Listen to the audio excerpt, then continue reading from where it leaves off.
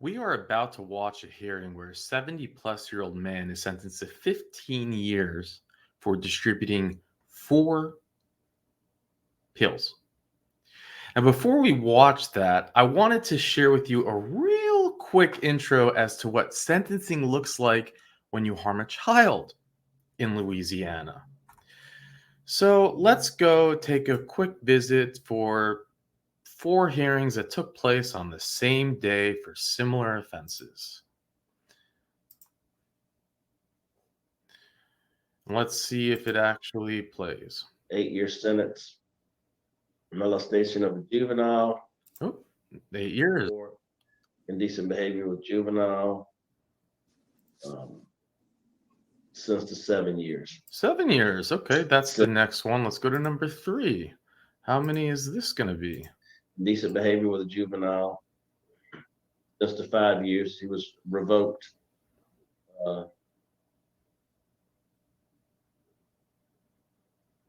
Revoked on 2018. Wow, 5 years, but revoked. So obviously they let him out early or they gave him a probated sentence.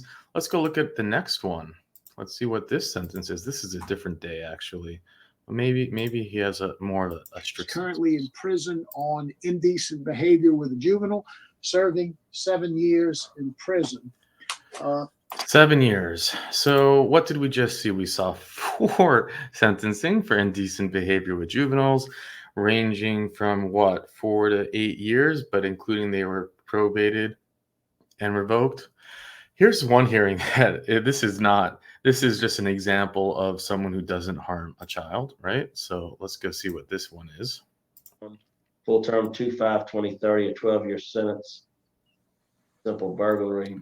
Wow, 12 years for simple burglary, not aggravated burglary. No, simple 12 years. Again, in Louisiana, you want to harm a child because you get just a little pat on the wrist, you know? But now let's go watch this hearing because for some reason, a Louisiana judge thought that it would be proper to sentence this man 15 years. And then let's see what the parole board does, what they think it would be the right move for him. So with that, let's jump in. Henry J. McMillan, DOC number 303987. You are a 4th-class offender. Parole eligibility date 1/17/2021. Good time date 5/8/2031. Full term date 4/17/2032. 15-year sentence.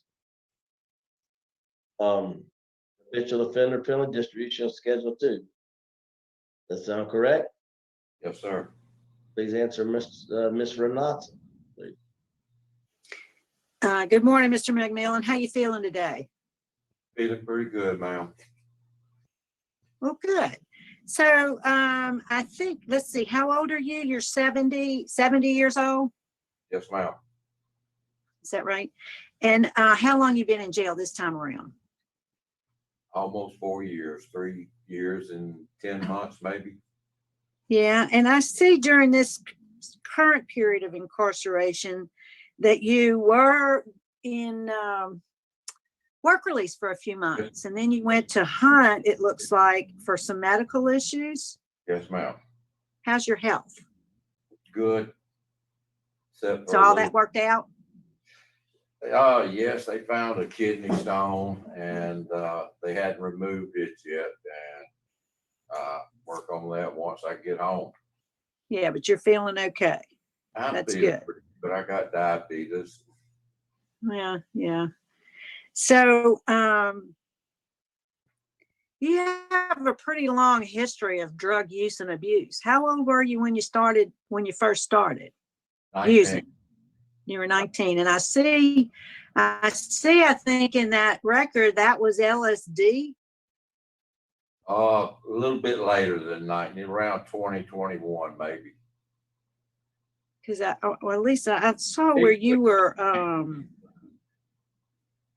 arrested for LSD. So most currently it was Roxy that you were using? I sold 4 Roxys. I wasn't using You sold. Yes, ma'am. So before you came to jail this time, what was your drug of choice? Meth. Yeah. So what kind of substance abuse treatment have you ever had? Have you ever had any before or after prison? Just the classes since I've been locked up. This And, time? Yes, ma'am. I took one class before I was locked up, I believe. What was that? You remember? Don't remember, ma'am. Yeah, must not have made an impression on you then, huh? I see that you, it made an in this period of incarceration, what I had was that you were on backlog for living in balance. Is that still true?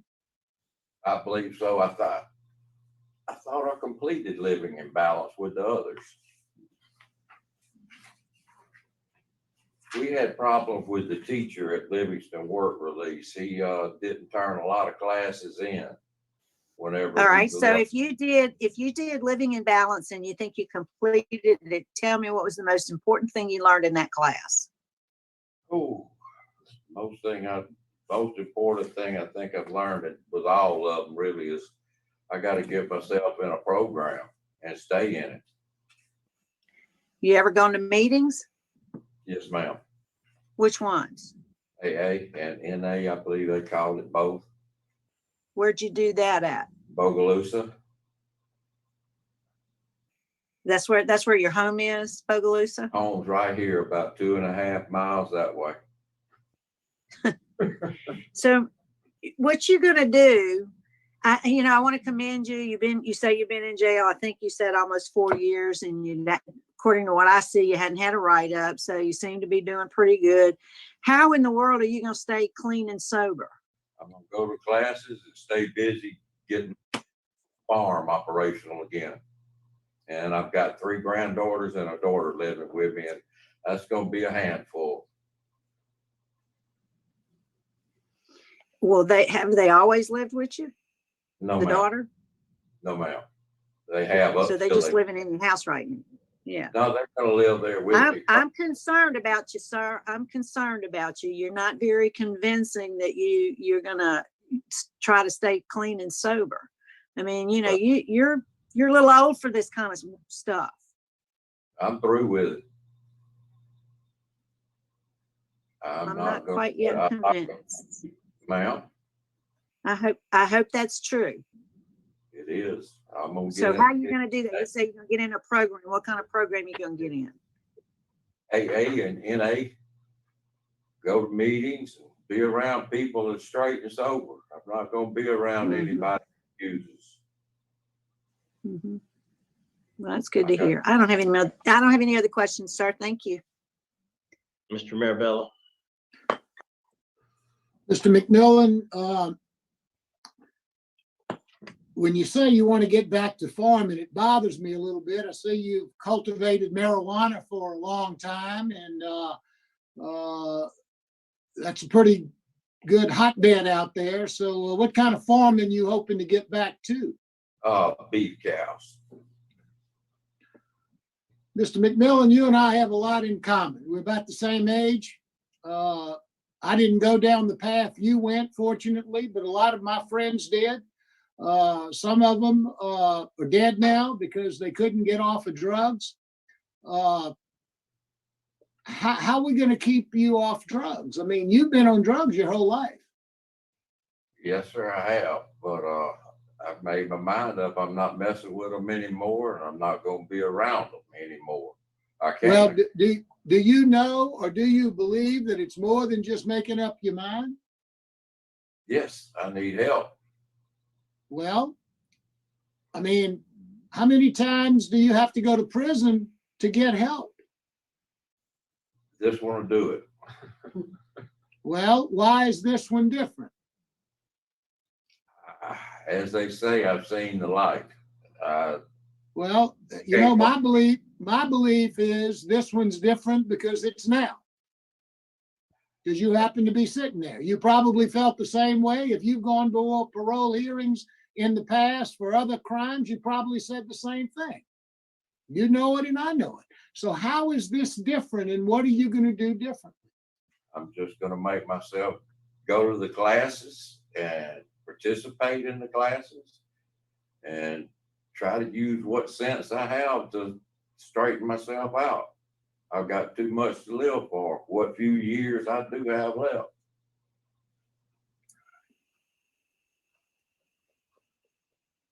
Now, you indicated that you've got diabetes.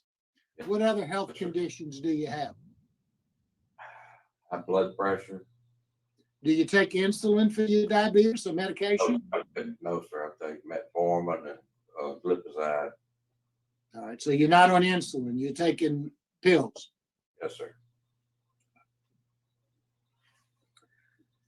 All right, that's all the questions I have. Warren, you have any input?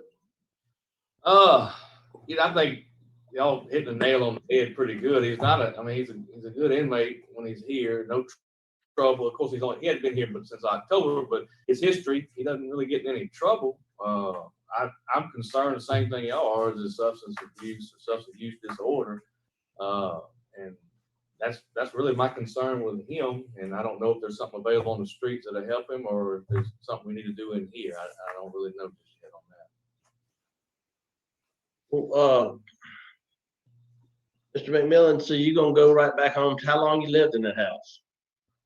Oh, about on and off all my life, really. This was my grandfather's place.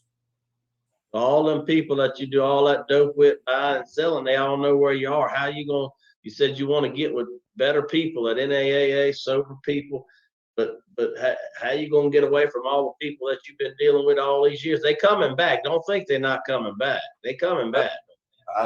They never came back a lot. I didn't have a lot of friends at my house. When I did it, I was usually by myself. That won't be a problem. I see anyway.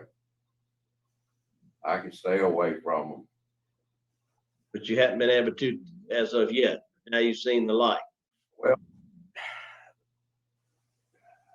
yeah, obviously it looks like that, but I never would have been around this last one. Everybody's always got that. I just soon go ahead. Well, tell us. Everybody's got a story. Go ahead and tell us a story. We hear them all. I know you do. I used to take Roxycontin. So I used to go to the doctor and get them. And this guy, Will Kennedy, he did the same thing. And when I would run out, I called him and he would give me some while I was out. I'd do the same for him. Over the year, I quit going to the doctor about a year and a half or more before this last incident happened with me. He calls me up one day, wants 4 pills. I said, I don't have any. Do you know where any are? I said, yes, I do. Can you get me 4? Yes, I can.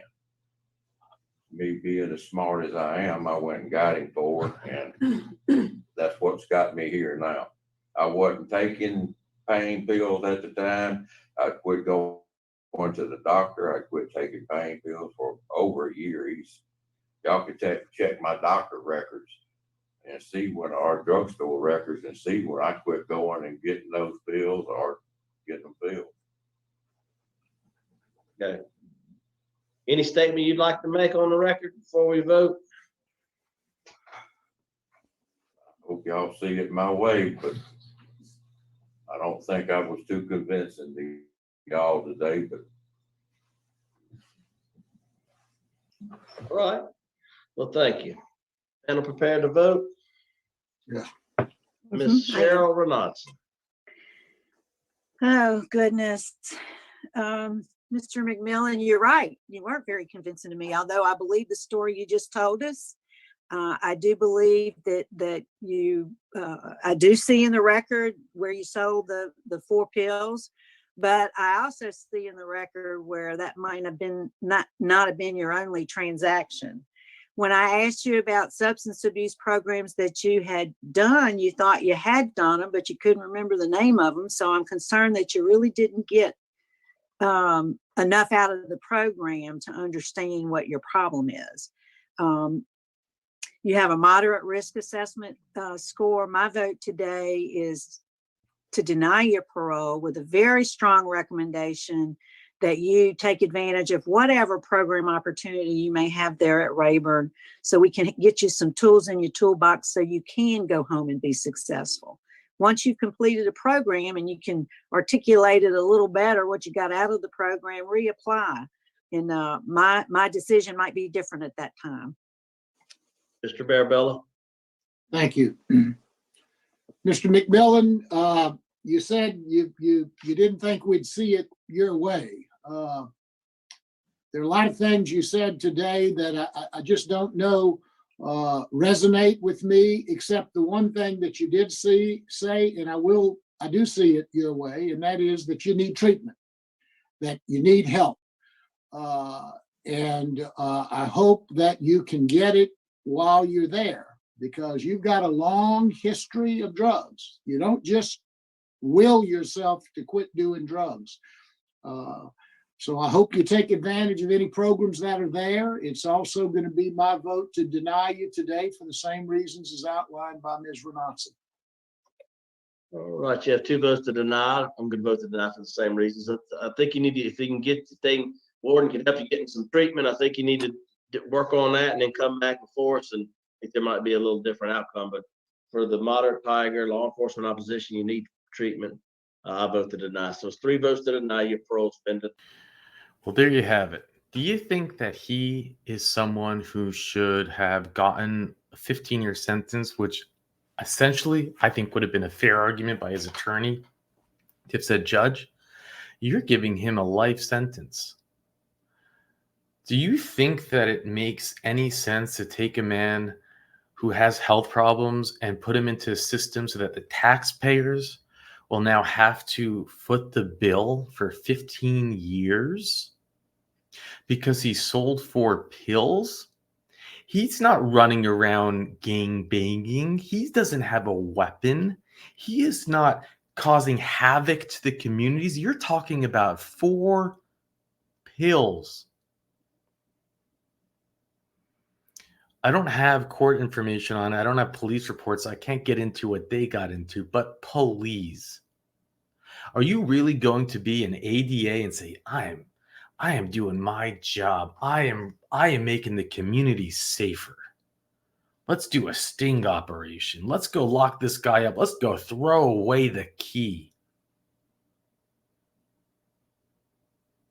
I get that he has multiple offenses. I get that, but is he really a menace to society? Are you really making the community safer? Where is the return on investment for anybody in this scenario except the publicly traded companies running the DOC in Louisiana? Yes, many of them are publicly traded. They have shareholders. You can go onto the stock exchange and you can buy stock in Angola.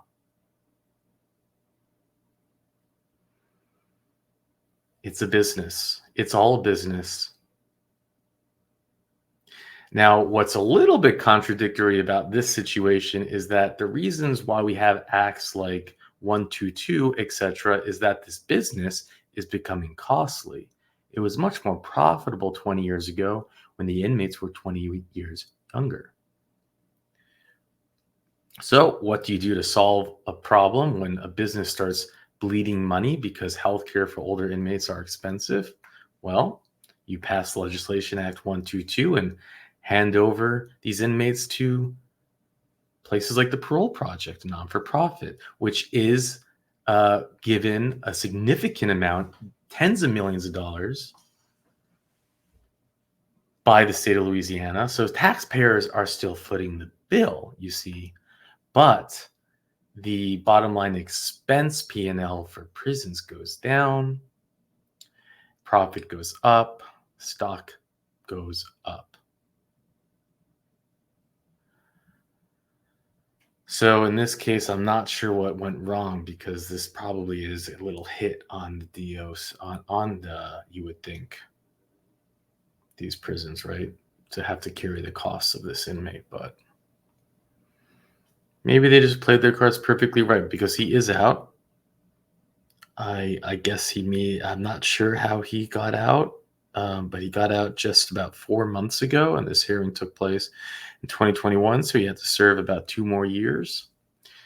You know, it was funny how Mr. Mirabella was concerned that he's going to go to farming and maybe he's going to grow the devil's lettuce. Ooh, that would be a real menace to society, right? So what's the legislation for crimes? Let's go take a look. And the legislation, I do want to say it has improved tremendously. In the past, just on January 1st, 2023, a year ago, they made molestation of juvenile charges much more severe. But up until a year ago, it was not. But so whoever commits a crime of molestation of juvenile, if the victim is 13 years of age or older, but has not yet attained the age of 17, shall be fined not more than $5,000 or imprisoned with or without hard labor for not less than 5, no more than 10 years. So if she's 13 years old, they now have to sentence you for 5 years, but no more than 10. I mean, God forbid that person spend 11 years in prison. Keep in mind, this person committing this offense, it doesn't make a difference. They could be 18 years old. They could be 88 years old. They're going to get the same sentence. That's the legislation. Think about that. Now, if you decide to sell narcotics, now this is also, I believe, have improved recently, but first offense is up to 6 months in jail. So yes, okay.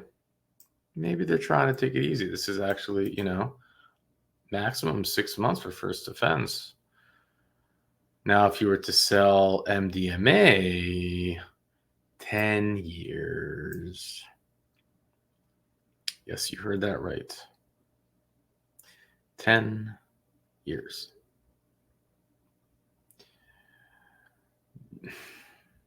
So you sell MDMA, you get 10 years. A child, 13, 5. You want to make that make sense? And you like really the law, the folks who are writing these laws, can you sit down, look us in the eye, and tell me why?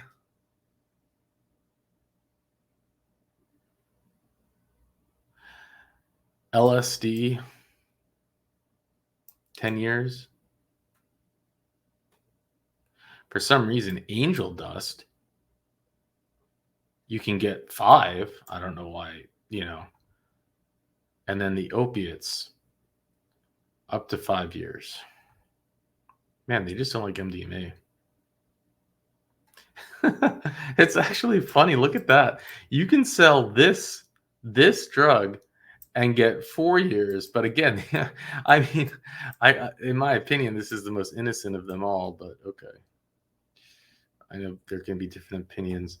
You can get up to 5 years for this in any form for coke. Methamphetamine, you get 5, but they just really don't like MDMA. GHB, up to 5. I don't know what these are, but yeah. Now, again, marijuana second offense, you get up to 5 years. Marijuana third offense, you get up to 20 years. Large quantities, you can get 5 to 40 years. Again, in Louisiana, I encourage you to, I don't actually know where I was going with that, but I don't encourage you. There you have it, right? There you have it. I mean, and these laws, mind you, are an improved version of what they were just a few years ago. So how do you solve these problems? This actually comes down to who you vote for. I mean, you got to figure out who's in the legislature, who's creating the laws. And we live in a weird system where you have lobbyists that are allowed to wine and dine legislators and do all different sorts of things to get laws passed that benefit their interests. And we are just a bunch of sheep. We're just a bunch of sheep that, whatever happens, happens. I have one hope, that is with this new wave of transparency, which is a simple act of putting things on YouTube, eventually, I don't know when, is it 10 years, 20 years, but eventually I do think change will come about from this. That is my hope. And thank you, Richard, for putting all of this information in a spreadsheet that allows me to easily find and then put this together for all of you. And with that, I'll let you go.